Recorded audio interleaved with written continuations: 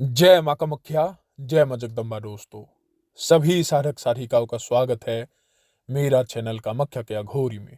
दोस्तों, आज मैं जो तुम सभी को बताने वाला हूँ ये एक बहुत ही एक विशेष प्रकार का साधना है। ठीक है, साधना बताने से पहले मैं तुम सभी को एक बात ही बताना चाहता हूँ। देखो, सीधा अभी मेरे को कोई फोन मत करो। अगर किसी को बात करना है, पहले व्हाट्सएप में अपना प्रॉब्लम या फिर जो भी बात है बताओ। उसके अनुसार मैं तुम लोगों को समय दे दूंगा, तब मेरे को फोन कर लेना। क्योंकि मेरे से बात करने के लिए किसी से मैं पैसा नहीं लेता और ना ही कोई ऐप से बात करता हूँ जो आजकल लोग वैसे बात करते हैं। ठीक है, क्योंकि समय तुम लोग का भी मूल्यवान है और हर वक्त कहता हूँ कि तुम लोग का अगर समय मूल्यवान है तो मेरा भी। तो पैसा नहीं मांग रहा हूँ, बस इतना सा ही तुम लोगों से मेरा अनुरोध है कि पहले अपना समस्या या फिर जो भी बात है बताओ। उसके बाद मैं समय दे दूंगा, उसके अनुसार फोन कर लेना। आज जो मैं तुम लोगों को ये साधना बताने वाला हूँ ये उन लोगों के कहने के नाते बता रहा हूँ, क्योंकि इसमें देखो, मुस्लिम साधक भी है, हिंदू साधक भी है। ठीक है, उन लोगों का मेरा रिक्वेस्ट है मुझे कि गुरुजी शुद्धू बुद्धू जिनका साधना बताओ। ठीक है, तो देखो, बहुत सारे अमीलों से तो ये मैंने सुना था शुद्धू बुद्धू। सीधी सी बात है, मैं ये नहीं कहता कि संसार के हर ज्ञान मुझे पता है या फिर उसका अमल होते हैं, लेकिन जितने भी मैंने डिटेल इसके बारे में जाना है तो मुंह में ही लोगों का आया है। लेकिन अभी तक ऐसा कोई साधक, मुंह से सुना है किसी के मुंह से इसके पास था, लेकिन ऐसा कंफर्म अभी तक इंसान को किसी ने नहीं देखा कि ये दोनों जो जिन है किसी के पास है, जिसको बोलते हैं सुद्धू और बुद्धू। ठीक है, जो मैंने सुना है सुद्धू अच्छा करता है और बुद्धू जो होता है वो बुरे कार्य करते हैं। तो ऐसा ही एक पावरफुल साधना लोग मेरे को मांग रहे थे। तो आज तुम लोग के ही कहने के नाते एक ऐसा सिद्धि बताने वाला हूं, एक साथ जिसमें दो ऐसे ही शक्ति आते हैं। लेकिन ये क्या होता है, एक बहुत ही पावरफुल, सॉरी, दो पावरफुल भूत का है, जिसको बोलते हैं देवभूत और राक्षस भूत। ठीक है, नाम से ही तुम लोग को इसका स्वभाव पता लग गया होगा कि कौन सा शक्ति क्या काम करेगा। इसमें बहुत सारे बातें हैं। देखो, देवभूत और राक्षस भूत जो होते हैं वो प्रकट तो एक साथ होते हैं।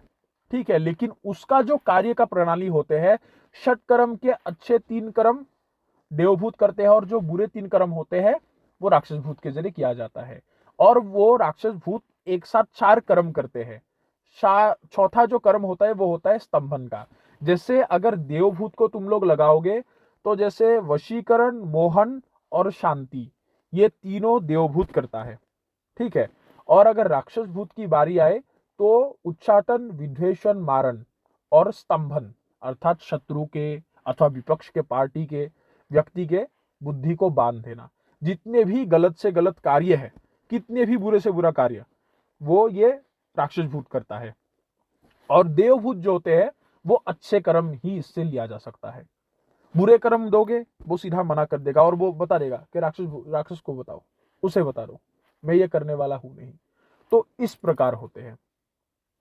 लेकिन इस साधना के सिद्धि के दौरान सिर्फ यही कर्म तुम उनके जरिए नहीं करते। जैसे मान लो कोई एक सामान को उठाना है, वो उठाकर देवभूत ले आते हैं और छोड़ के आना है, तो वो तुम्हारा राक्षस भूत की कार्य है।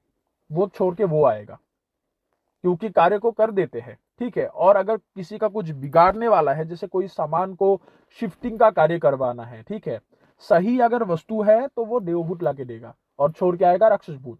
लेकिन अगर तुम्हें शिफ्टिंग का कार्य करवाना है, कोई लिफाफा उठाना है, कोई भी फाइल उठाना है, फाइल का नंबर बता दो, वो कार्य सिर्फ राक्षस भूत के जरिए ही संभव है। क्योंकि जितने भी खराब से खराब कार्य होगा वो राक्षस भूत करेगा, और जितने भी अच्छे कार्य होगा वो देवभूत करेगा। अभी ये दोनों के जरिए तुम लोग क्या कर सकते हो कि देखो, षट कर्म के हर कर्म को कर सकते हो, लेकिन मैंने बता दिया। और ये चीज अगर भूल भी जाते हो, जब कर्म तुम लोग दोगे सिद्ध होने के बाद, वो खुद बता देगा कि मैं ये कर्म को ही करूंगा, ये कार्य मेरा नहीं है।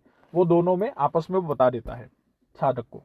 उसके पश्चात जो होते हैं, कोई भी वस्तु को उठाकर ले आना, उठाकर ले जाना। अभी इसमें सामर्थ्य कितना है, अगर साधारण से बताया जाए, एक भूत के अंदर एक चोर बीरा के समान शक्ति होता है, तो अनुमान लगा लो दोनों में कितना शक्ति होगा। चोर बीरा के समान, जो बीराओं में सबसे पावरफुल बीरा है उसके समान शक्ति रखता है। और इसके जरिए क्या होता है कि जो भी साधक इसे सिद्ध कर लेता है, दुनिया के ऐसा कोई कार्य नहीं जो वो साधक इनके जरिए संभव ना बना सके। दुनिया जहान के हर एक सुख सुविधा को वो साधक प्राप्त कर सकता है। ठीक है। और अगर तुम किसी शत्रु के ऊपर इसका प्रयोग करते हो तो उसके घर को तहस नहस करने में ये सक्षम है। अगर जैसे किसी शत्रु के ऊपर घर में छोड़ दिया, ये हक हक के खराब करते हैं घर को, जैसे इंसान जैसे हकता है ना वैसे हकता है, इतने गंदगी कर देते हैं। उसके बाद जैसे घर के किसी कपड़े सामान को जला दिए, कोई पलंग है उसको जला दिए, लकड़ी का है, तो ऐसे खतरनाक उत्पात मचाना शुरू कर देता है। उसके बाद उस घर के जो उन्नति होते हैं, शत्रु के घर के उन्नति, उसको ये पूरी तरह से निस्तब्ध कर देता है, बंद कर देता है कि किसी भी प्रकार का उन्नति उसके घर में ना हो। कोई अगर उसका परिवार के लोग बिजनेस करते थे या फिर नौकरी करते थे, सब का सब वो गवा फैलेगा। ऐसा उत्पाद मचाना शुरू कर देता है और हर लोग के काबू में भी नहीं आते। लेकिन ये जो कार्य होगा, जो शत्रु के ऊपर प्रयोग किया कार्य होगा, तो वो सिर्फ राक्षस भूत करेगा। और जितने भी अच्छे कार्य है, जैसे किसी के ऊपर कोई बीमारी है उसको ठीक करना, किसी के ऊपर कोई शक्ति है उसको हटाना, किसी के बारे में बताना, अगर वो व्यक्ति तुम्हारे सामने है तो क्या बोलते हैं, वर्तमान और भूतकाल को तुम लोग बता सकते हो बेहद ही आसानी से। उसको छूकर तत्क्षण बता देगा कि उसका नाम क्या है, डेट ऑफ बर्थ क्या है, उसके परिवार में कितने जने हैं, क्या नाम है, भांजा का नाम क्या है, भांजी का नाम क्या है, बेटा का नाम क्या है, वो सब बता सकता है। मतलब कोई भी प्रश्नों का उत्तर इसके जरिए तुम जान सकते हो, बस भविष्य को छोड़ के। ठीक है, तो ये हो गया। उसके बाद क्या होता है कि कोई भी तुम कि कई लोग मेरे को बताते हैं कि गुरुजी अच्छा बुरा हर कार्य करे, जुआ सट्टा में भी हमारा साथ दे, तो इन नंबरों में भी, सट्टा के नंबर देने में भी राक्षस भूत तुम्हें मदद करेगा। मतलब जितने भी जुए मतलब कुकृत्य होते हैं वो राक्षस भूत के द्वारा तुम लोग कर सकते हो, लेकिन जितने भी अच्छे कर्म होंगे वो देवभूत करेगा, ये याद रखो। उसके बाद नीचे का जमीन का छुपा हुआ खजाना भी ये ढूंढ देता है और उसको उठाने में मदद करेगा, क्योंकि अपार बल है दोनों में, अपार बल है। और इसका जो होते हैं हर ये जो दोनों भूत होते हैं, इसका जो होते हैं देवभूत का 7 रूप होते हैं, 7 रूपों में ये रूप धारण करके आते हैं, रूप धारण करने में सक्षम भी है। और राक्षस भूत का 9 रूपों में वो धारण कर सकता है, 9 रूप प्रमुख इसके तम होते हैं। और वो 9 रूप क्या है अभी नहीं बताऊंगा, क्योंकि वो गुप्त है और वही साधक जानेगा जो साधक इसको सिद्ध करेगा। तो ये बात है। अभी इस शक्ति को या फिर इन दोनों को किस प्रकार सिद्ध किया जाए वो, और साधना करने से पहले ही मैं बता देता हूं, ये साधना का स्थान घर में बिल्कुल भी नहीं है। 2 स्थान में 3 स्थान में होगा, या फिर नदी के किनारे में जहां पे जंगल हो, अन्यथा घना जंगल में, अथवा शमशान में, ये 3 जगह में ही होगा। और अगर शमशान घाट नदी के किनारे में है, जंगल भी है, फिर तो तीनों जगह एक साथ ही हो गया। फिर तो तुम्हें कोई रोक नहीं सकता कि एक बार में तुम लोगों को सिद्धि ना मिले।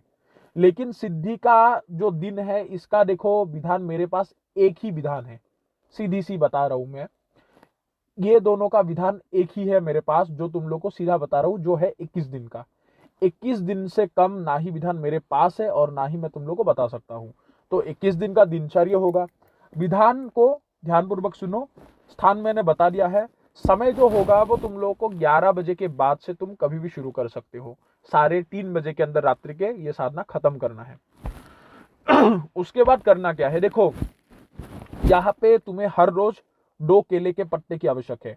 वस्त्र जो होगा वो काला वस्त्र ले लो, ठीक है।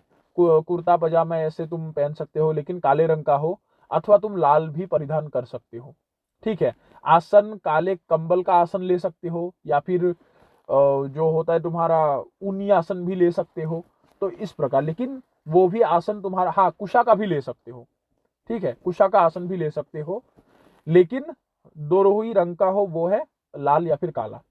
उसके बाद जो माला से जप करोगे, वो तुम्हारा यहाँ पे एक जरूरी बात है, दोनों के मंत्र को यहाँ पे जरूरी है। देखो यहाँ पे देवभूत का भी मंत्र है, राक्षस भूत का भी मंत्र है। इसमें माला 2 की आवश्यक है। कभी सुना था कि एक माला से ही एक सिद्धि हुआ है, यहाँ पे 2 माला की आवश्यक है।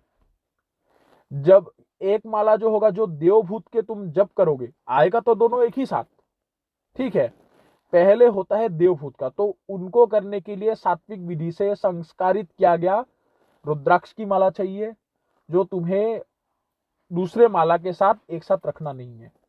ठीक है, गौमुखी होता है ना, उसमें डाल के रखना है, या फिर कोई भी कपड़े से तुम्हें बांध के अच्छे से। और जो तुम राक्षस भूत का करोगे वो काले हकीक अथवा मुंड की माला से, जो पैशाचिक अथवा तामसिक विधि से संस्कारित किया गया हो वो माला से। ठीक है, और यहाँ पे भी एक उलट पुलट वाली बात है। दिया दो हर रोज की आवश्यक हो, हर रोज 2 दिए की आवश्यक है। एक दिया जलाओगे तुम सरसों के तेल से, और एक दिया जलाओगे चर्बी से, चाहे बकरे का हो या फिर कोई सा भी हो, मुर्गे का भी चर्बी मिल जाता है, तो चर्बी से जलाना है जानवर के। और एक केले के पत्ते में तुम भोग में क्या रखोगे, एक केले के पत्ते में 3 प्रकार के फल रख सकते हो, 3 फल रख दो, जैसे एक केला है, एक सेब है, और थोड़ा सा अंगूर भी रख सकते हो, तो ऐसे 3 फल।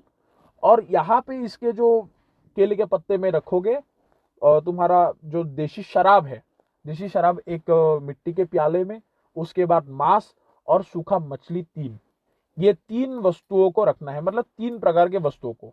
इसका 3 प्रकार के फल होगा, या फिर मिठाई, मिठाई से तो अच्छा है फल दो देवभूत को, और राक्षस भूत के लिए तामसिक भोजन, क्योंकि यहाँ पे 2 स्वभाव की शक्ति को तुम एक साथ सिद्ध करोगे, वो है तामसिक और सात्विक, तो दोनों का भोजन अलग अलग है।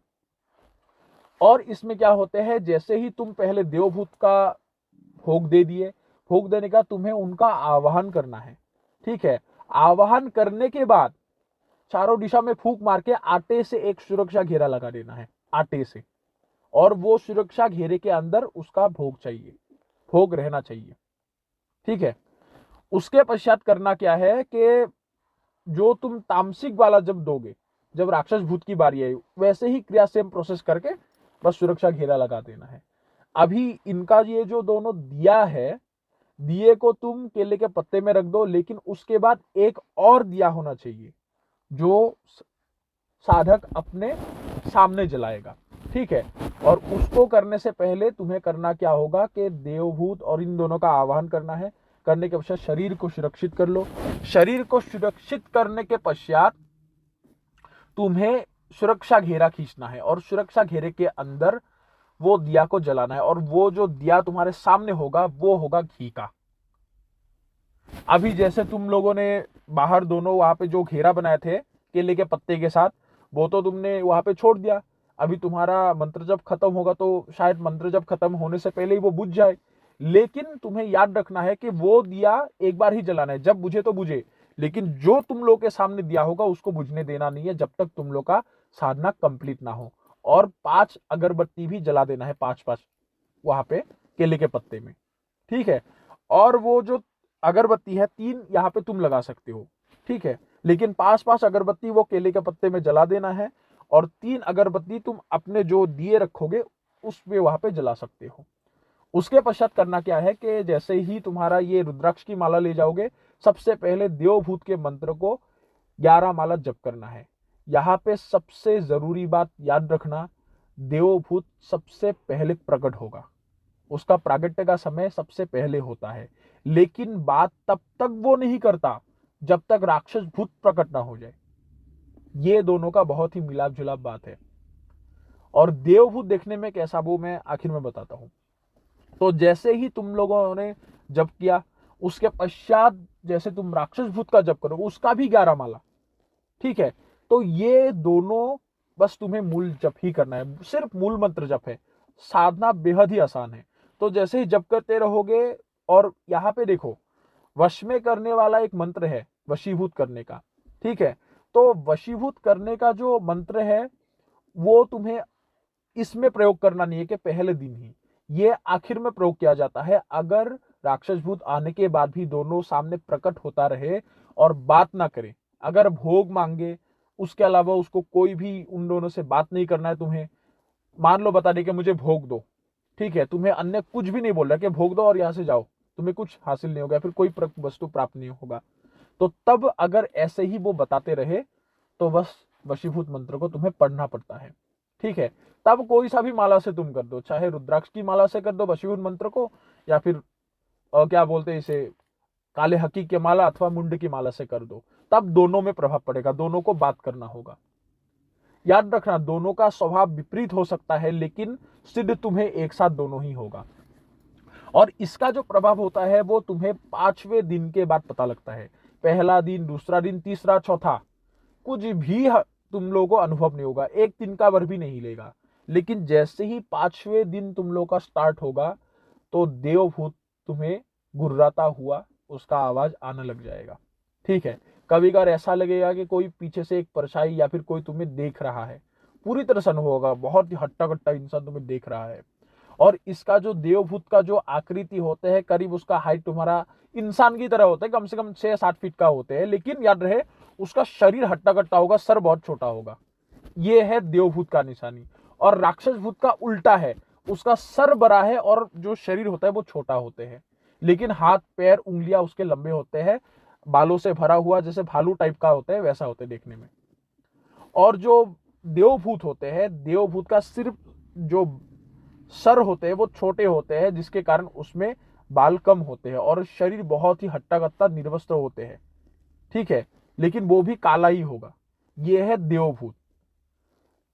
और जो राक्षस भूत होगा उसका सर बड़ा होता है और उसका शरीर छोटा होता है और उसके उंगलियां हाथ पैर बहुत बहुत लंबे होते हैं। ये है राक्षस भूत का निशानी। तो दोनों में यही क्वालिटी है जिसे तुम लोग को समझ जाना है कि ये देवभूत है, ये राक्षस भूत है। तो जैसे ही तुम लोग को ऐसा कोई व्यक्तित्व या फिर आकृति नजर आए तो समझ जाना है कि दोनों धीरे धीरे प्रकट होगा। पहले जब देवभूत प्रकट होगा वो तुम्हारे आसपास घूमेगा, अगर संपूर्ण रूप से तुम्हें दर्शन भी देता है, ठीक है, क्योंकि उसके ये 7 रूपों का दर्शन तुम्हें सबसे पहले नहीं होता और ना ही वो माया रचता है, वो सीधा वही रूप में आएगा जो मैंने कहा है। क्योंकि जिन जिन लोगों को ये साधना करवाया गया था या फिर जिन्होंने इसका प्रत्यक्ष उदाहरण प्राप्त की है खुद करके, तो उनका सेम अनुभव हुआ है, सेम अनुभव। अभी बाद में भविष्य में किसका अलग अनुभव हो वो मुझे पता नहीं, लेकिन ये जरूर है कि सबको एक जैसा ही अनुभव हुआ है। तो जैसे ही वो आ जाए, प्रकट होए, वो बात नहीं करेगा, ठीक है, वो आसपास घूमता रहेगा, कभी कभार गायब हो जाएगा, फिर से आ जाएगा, तुम्हारे आसपास घूमता रहेगा जब तक उसका संगी ना आ जाते, राक्षस भूत प्रकट ना हो जाते। तो अभी तुम्हें जैसे ही राक्षस भूत तुम प्रकट कर दिए, तब दोनों बस मिलजुलाप होकर दोनों सामने तुम्हारे खड़ा हो जाएगा। वो हंस भी सकता है, ठीक है।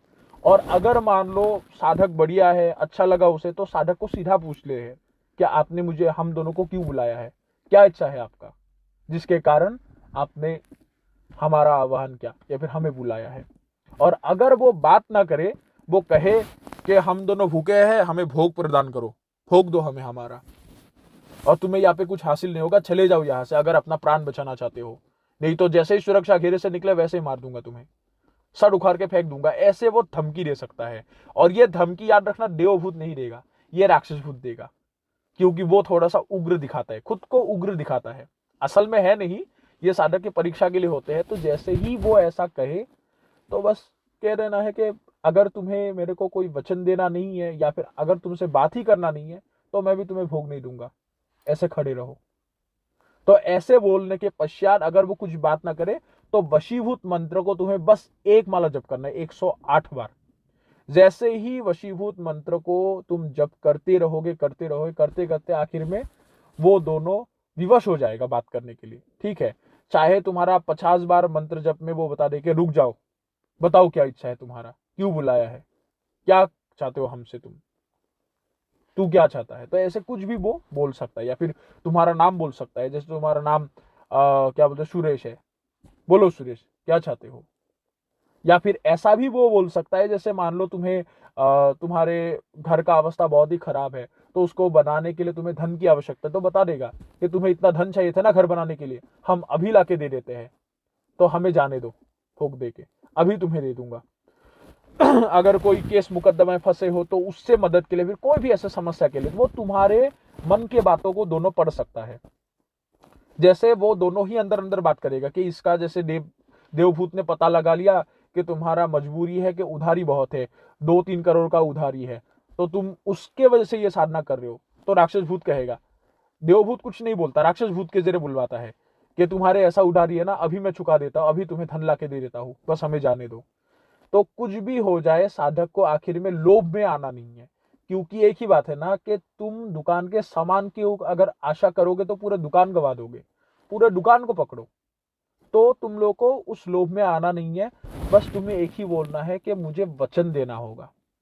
तो अगर वो ये अमान्य करता है कि नहीं दूंगा, तो ये भी बोलना है, अगर वो बात करे, पहले वो बात करेगा कि बोलो बोलो क्या इच्छा है तुम्हारा। जब तुम लोग जैसे मान लो वशीभूत मंत्र को नहीं पढ़े थे, कुछ नहीं बात किया, जैसे वशीभूत मंत्र को तुम लोगों ने पढ़ने लग गए, वो बता देगा कि बताओ क्या इच्छा है।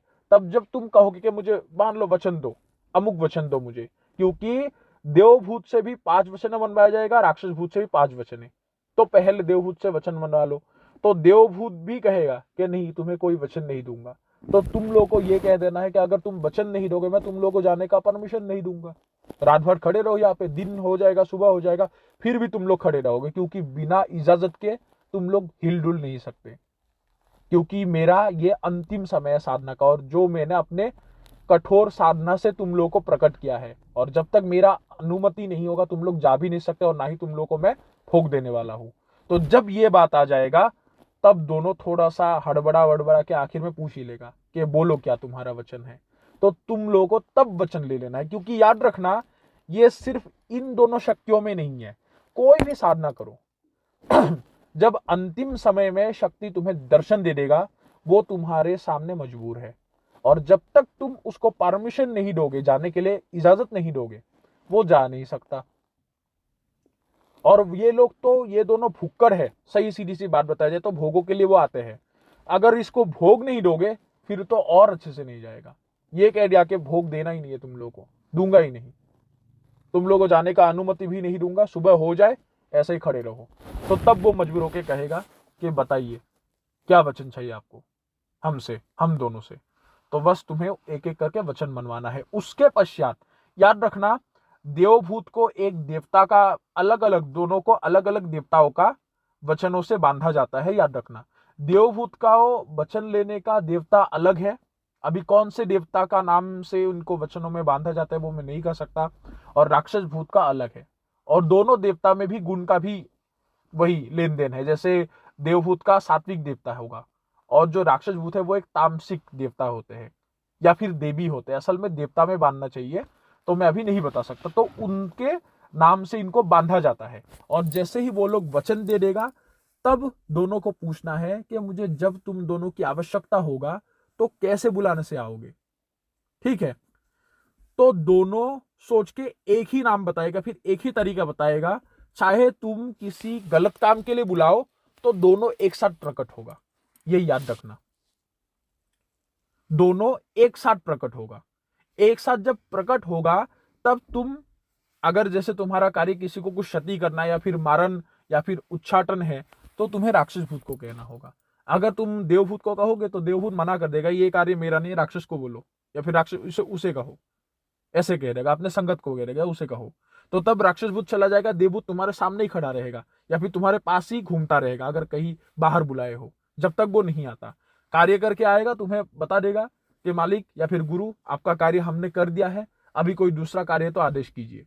अगर तुम्हें कार्य नहीं है तो उनको बता दो कि अभी आपको देने के लिए मेरा कार्य नहीं है, अभी आप अपने स्थान में लौट जाइए, जब मुझे आपकी आवश्यकता होगा मैं आपको बुला लूंगा। तो दोनों एक साथ ही चला जाएगा, आएगा एक साथ, लेकिन कर्मों के ऊपर निर्भर करेगा कि तुम लोगों का कर्म कैसा है, और उसके अनुसार ही वो कर्मों को करेगा। अगर अच्छा कार्य है, शांति का है, कोई मोहन का है, वशीकरण का है, तो देवभूत चला जाएगा, वो राक्षस भूत मना कर देगा कि ये काम मेरा नहीं है, ये मैं नहीं करने वाला। तो इस प्रकार कामों के भागों के अनुसार ये शुद्ध बुद्धू लाइन में ही ये दोनों काम करते हैं देवभूत और राक्षस भूत दोनों बेहद ही शक्तिशाली होते हैं। हाँ, एक और जरूरी बात है, यहाँ पे एक नियम है, क्योंकि ये साधन जब हमें प्राप्त हुआ था, इसके साथ ही इन दोनों को भोजन के लिए आमंत्रण देने का मंत्र होते हैं। और वो लोग, जब तुम उनसे वचन लोगे तो भोग का वो पहले ही डील कर लेगा। याद रखना, डील सोच समझ के करना है। डील अर्थात एक समझौता, बता देगा कि महीने के अमुक दिन हमें तुम्हें भोग देना ही होगा। और याद रखना, इसमें कोई ऐसा नहीं है कि इस बार मैं बाहर जाऊंगा तो क्या होगा, ये तुम लोग की झंझट है। इसमें मैं, गुरुजी कुछ मदद नहीं कर सकते, कुछ भी नहीं हो सकता। जिस दिन तय करोगे, अगर बोला कि महीने के अमावस्या के दिन देना है, तुम्हारा कितने भी इंपॉर्टेंट काम है छोड़ छाड़ के तुम्हें देना होगा। लेकिन आसान इसमें क्या बात है कि ये दोनों जो शक्ति है, इसको तुम जहां पर भी रहोगे, ठीक है, वो वहां पर जाके तुम्हारा भोग ग्रहण कर सकता है।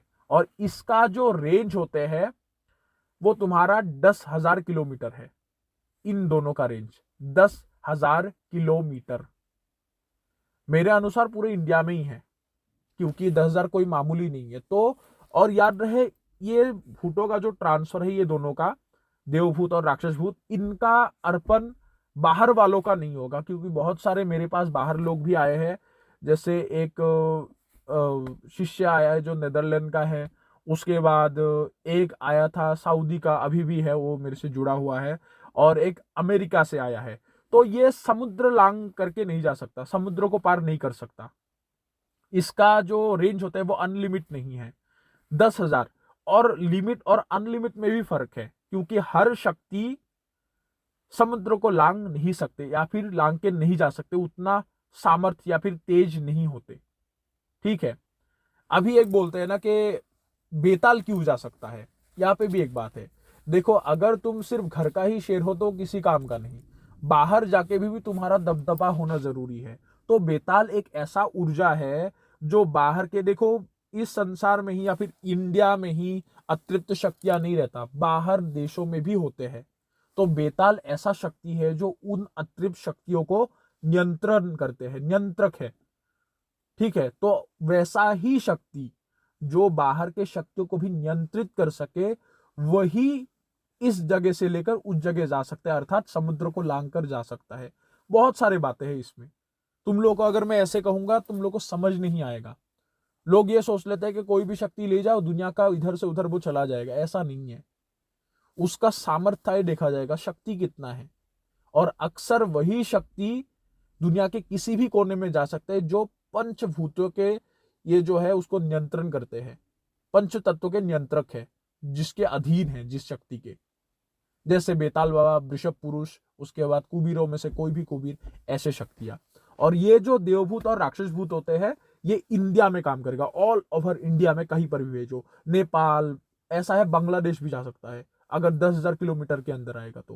कोई भी दुनिया के कोने में, मतलब इस जगह में जहां पे 10,000 किलोमीटर दायरे में आते हैं, कहीं पर भी भेजो, कोई भी स्टेट हो, कोई भी देश हो, भूटान भेजो, कहीं पर भी भेजो, वो जाएगा, कार्य करके आएगा। समय का कोई भी लिमिट नहीं है, चाहे शाम को बुलाओ, दोपहर को बुलाओ, रात को बुलाओ, कहीं पर भी बुलाओ, दोनों आ जाएगा। लेकिन दोनों को एक साथ ही बुलाया जाता है। और हाँ, ये विधान में जो है, भोगों का देने का जो नियम है या फिर मंत्र है, खुद यहाँ पे लिखा गया है, जो भी साधक इस साधना को करेगा, सफल होने के बाद डील तो तुम दोनों के साथ कर लोगे कि महीने के दिन, मान लो पहला शनिवार महीने का अथवा अमावस्या, कोई भी एक दिन चुनाव कर लिए, तो उस दिन बुलाने का ये जो मंत्र है, इस विधान के साथ ही जुड़ा गया है। इसमें ही, इस विधान में ही है कि इस मंत्रों से दोनों को ऐसे बुलाने से वो लोग भोग के आसन में आते हैं, या फिर भोग ग्रहण करने के लिए दोनों आ जाते हैं। और दोनों को भोग वैसे ही सेम प्रकार से ही देना होगा। सात्विक तरीके से देवभूत को दोगे केले के पत्ते में, और तामसिक प्रवृत्ति से राक्षस भूत को दोगे, और दोनों एक साथ ग्रहण करके साधक को नमस्कार करके या फिर गुरु को प्रणाम करके वो चले जाते हैं। तो इस प्रकार जो होते हैं, तुम लोग का ये जो सुद्धू बुद्धू का खेल था, या फिर देवभूत और राक्षस भूत का ये जो सिद्धि है, इस प्रकार प्राप्त तुम लोग कर सकते हो। और करने के बाद संसार के कोई भी ऐसा कार्य बाकी नहीं रहता जो वो साधक इन दोनों के जरिए ना कर सके। और इसका जो साधना मुझे प्राप्त हुआ था, एक पहाड़ी इलाके के एक व्यक्ति से मिला था, क्योंकि जब अम्बुबासी आता है तो कुछ नागा साधुए हैं मेरे पहचान के, तो मुझे नागफूल देने के लिए आते हैं वो लोग, ठीक है। तो उस साधक को नागफूल चाहिए था, तो मेरे से लिया था। तो तब मेरे से हर साल आके मिलने लग गया, हमसे भी। देखो, जब साधक, मैंने पहले ही कहा है, कोई भी साधक हो, जब बातचीत होते हैं तो ज्ञान का लेन देन होते हैं। उन्होंने भी मेरे से कुछ सिद्धि के लाइन को जाना, और उन लोगों के भाषा में, क्योंकि वो जंगली भाषा बोलते हैं ना कुछ, उन लोगों का मतलब लोकल कुछ भाषाएं होते हैं, तो उन भाषाओं में भी कुछ मंत्र थे जिसको तिब्बती तंत्र बोलते हैं। तो उनमें से ये दोनों का साधना हमें बताया गया था कि भाई, आप जो है, भाई कहकर बुलाया था मुझे कि भाई आप ये साधनों को करना, ये बहुत ही बढ़िया विधान मैं बता रहा हूँ। तब उस व्यक्ति से हमें प्राप्त हुआ था और मेरे से उसने नागफूल भी लिया था। अभी नागफूल जो होते हैं ये एक ऐसा फूल होते हैं जो हिमालय के क्षेत्र में ही पाया जाता है, और जिस स्थान में ये उगते हैं वहां पे हर लोग नहीं पहुंच सकते, क्योंकि बहुत सारे सांप होते हैं। और अगर नागफूल मिल जाता है तो उससे बहुत कुछ प्रकार के ताबीज अथवा दवाई बनाया जाता है, जो इंसान के बहुत बड़े बड़े बीमारी को नाश करने में भी सक्षम होते हैं। तो इसका उपयोग मैं अभी सीधा नहीं बता सकता, आने वाले टाइम में अगर समय रहा चैनल बंद करने से पहले तो जरूर बताऊंगा। तो उस व्यक्ति से प्राप्त हुआ था। और अगला जो साधना तुम लोगों को मैं बताने वाला हूं, ये एक ऐसा घटना है जो आंखों के सामने लोगों का हुआ है, और वास्तविकता में उसका जो उसके साथ घटना हुआ था, पूरे एक गांव अभी भी वाकिफ है, उसको अनुभव किया था कि इस व्यक्ति के साथ ऐसा ऐसा हुआ था, उसने ऐसा ऐसा किए थे। एक जिन का साधना बताऊंगा, और एक ऐसा होगा, वो अनोखा साधना होगा जिसका साधना सुन के तुम लोग प्रसन्न हो जाओगे। ये जिन एक वरदान के रूप में उसको मिला था, लेकिन वो उस वरदान को संभाल ना सका, कुछ गलती की वजह से गवा दिया। लेकिन उसने जिन जिनको ये साधना कराया था उनको अभी भी वो सिद्ध है, उस जात के जिन। तो अगला जो साधना होगा वो एक जिन के ऊपर मैं बनाऊंगा, अभी उस जिन का नाम नहीं बताने वाला। तो आशा करता हूं तुम लोग को यह साधना पसंद आया होगा। आने वाले समय में जो ये जिन का है वो साधना बताऊंगा, तब तक सभी लोग इंतजार करो। अगर किसी को ये साधना करना है, देवभूत और राक्षस भूत का ये जो साधना है, तो निश्चित रूप से कर सकता है। और अगर किसी व्यक्ति को ट्रांसफर लेना है वो भी ले सकता है। अभी सभी लोगों से इजाजत लेता हूं। जय मां कामाख्या, जय मां जगदम्बा।